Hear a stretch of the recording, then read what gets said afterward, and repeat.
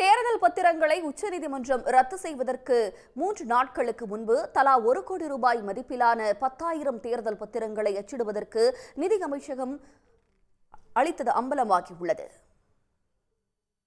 பிப்ரவரி 15ஆம் தேதி தலைமை நீதிபதி DY சந்திரசூட் அடங்கிய 5 நீதிபதிகள் அமர்வு அரசியல் அமைப்புக்கு எதிரானது என கூறி தேர்தல் பத்திர திட்டத்தினை ரத்து செய்து தீர்ப்பு அளித்தது.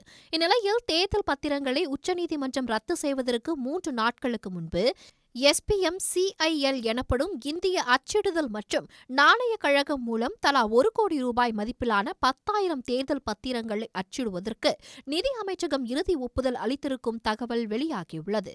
ஆனால் உச்சநீதிமன்றத்தின் அதிரடி உத்தரவுக்கு 13 நாட்களுக்கு பிறகு பிப்ரவரி 28 அன்றே தேர்தல் பத்திரம் அச்சிடும் பணிகளை நிறுத்தி வைக்க ஸ்டேட் வங்கிக்கு நிதி அமைச்சகம் உத்தரவிட்டு இருக்கிறது. பிப்ரவரி 23ஆம் தேதி SPMCIL மூலம் ஏற்கனவே 8,350 பத்திரங்களை அச்சிடப்பட்டு ஸ்டேட் வங்கிக்கு அனுப்பப்பட்டு உள்ளதும் தரவுகள் மூலம் உறுதி செய்யப்பட்டுள்ளது. பிப்ரவரி 27 தேதியிட்ட ஒரு குறிப்பு 10,000 தேர்தல் பத்திரங்களை அச்சிடுவதற்கான ஆர்டர் SPMCIL-க்கு பிப்ரவரி 12 அன்று வழங்கப்பட்டதை உறுதி செய்கிறது. SPMCIL-ஐ தொடர்பு கொண்டு மீதமுள்ள 1,650 தேர்தல் பத்திரங்களை அச்சிடுவதை நிறுத்தி வைக்க கோருமாறு நிதி அமைச்சகம் ஸ்டேட் வங்கிக்கு தாமதமாக பிப்ரவரி 28ஆம் தேதி மின்னஞ்சல் அனுப்பியதும் அம்பலமாகியுள்ளது. தேர்தல் பத்திரம் தொடங்கப்பட்ட நாளில் இருந்து இதுவரை 22,217 தேர்தல் பத்திரங்கள் பணமாக்கப்பட்டு உள்ளன.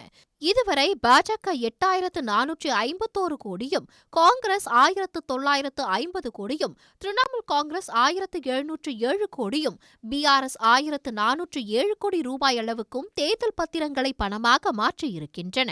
உடனுக்குடன் செய்திகளை தெரிந்து கொள்ள சன் நியூஸ் பெல் ஐகானை கிளிக் பண்ணுங்க.